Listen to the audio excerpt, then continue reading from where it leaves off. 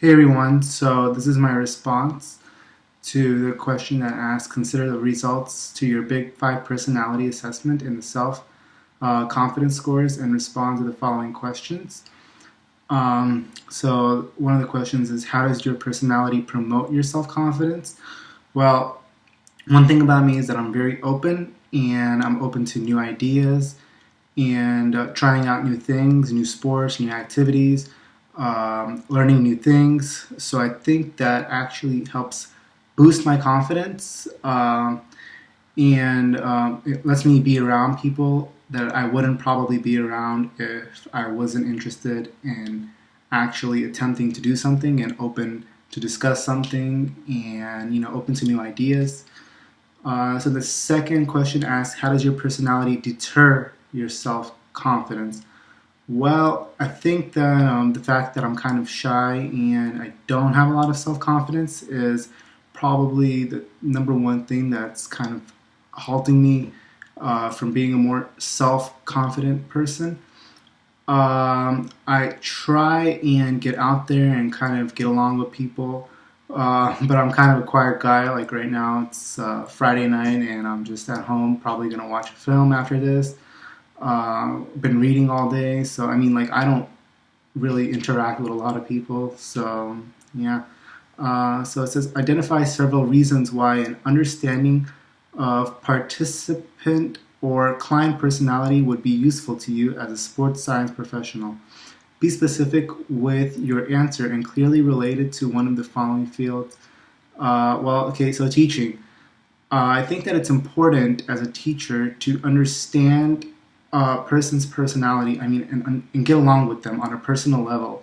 I think that a lot of physical educators actually don't get along personally with their students, and I feel that that's a big, not a good thing because it's bringing them down, not giving themselves that close relationship with their student. And I've said it in a different post. I think that that's what determines a good coach from a great coach and a great teacher from a good teacher is if you have a personal relationship with your students and not only talk about fitness and sports, but also talk about their life and their nutrition. Kind of know where they're coming from, kind of know what they're doing in life, and I think that that's how being more cognizant of psychology and sports psychology is actually going to help us in the future because if we can mentally kind of train our athletes and our students, I think that we're going to create a more holistic learning environment, a more synergistic learning environment where we need to learn from our students and they need to learn from us. So traits are relatively stable characteristics that we possess, whereas states change from moment to moment depending upon the circumstance. So what components of your personality do you find to be relatively stable traits? Well, I'm actually a very patient individual and a calm individual. I don't really get overexcited about things, kind of try to stay calm about everything in every situation.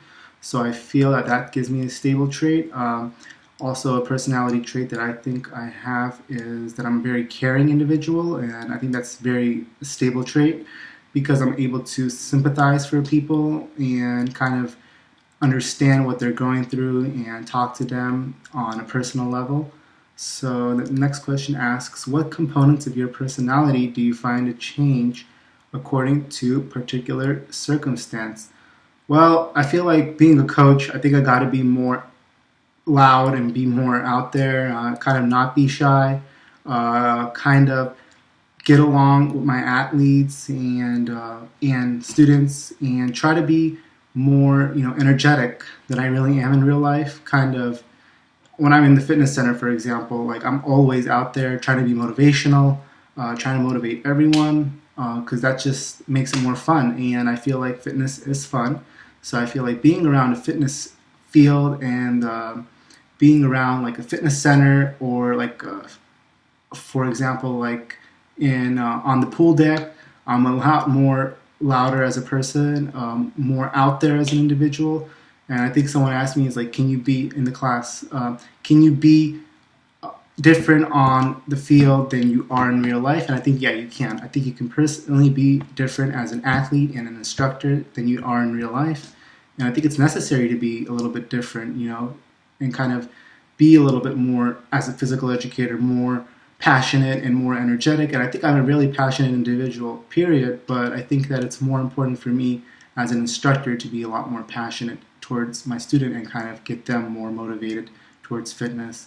So I feel like that changes when I'm around students and around the community.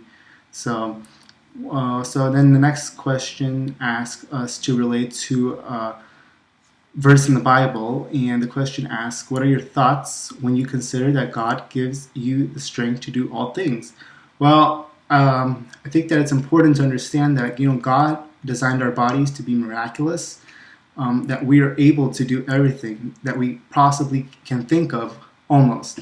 I mean, short from like flying and stuff like that. But I mean, like, we can physically do a lot of things. I'm sure that a lot of people who might have the misconception that they can't do something can actually do it, but they mentally instill in their minds that they're not going to be able to get out there and run a mile, and they're not going to be able to get out there or hike, or do some rock climbing, or swim, or learn how to swim, or learn how to ride a bike. They just mentally instill themselves. I think my mom's a perfect example of that. That she tells herself that she can never ride a bike. She says that she has no balance whatsoever. I tried teaching her. She just doesn't want to do it mentally. I'm sure physically she can. If she applies herself, she can do it. But mentally, she doesn't want to. So do you agree that having confidence not in yourself will actually give you more freedom and peace? Provide rationally. So let's go back to the verse and ask, if we rely on God for all things in our life, we will be able to push forward in the direction that we call, because He is changing, He is in charge instead of us. The confidence is not in ourselves, but in the God who created and loves us. We then experience freedom and peace because we realize that we are not responsible for the results, only the process of trusting God in all things.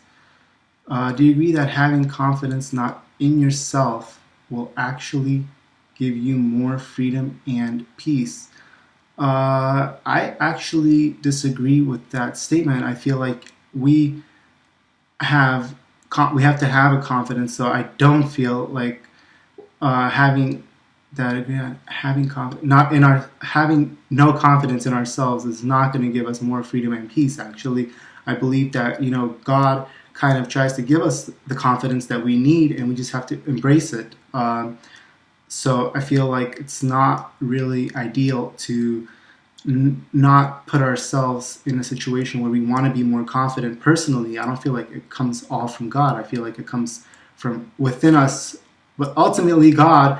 But I mean, at a certain extent, I mean, I feel like we're responsible and take charge of what we do. So no, I don't agree with that question. So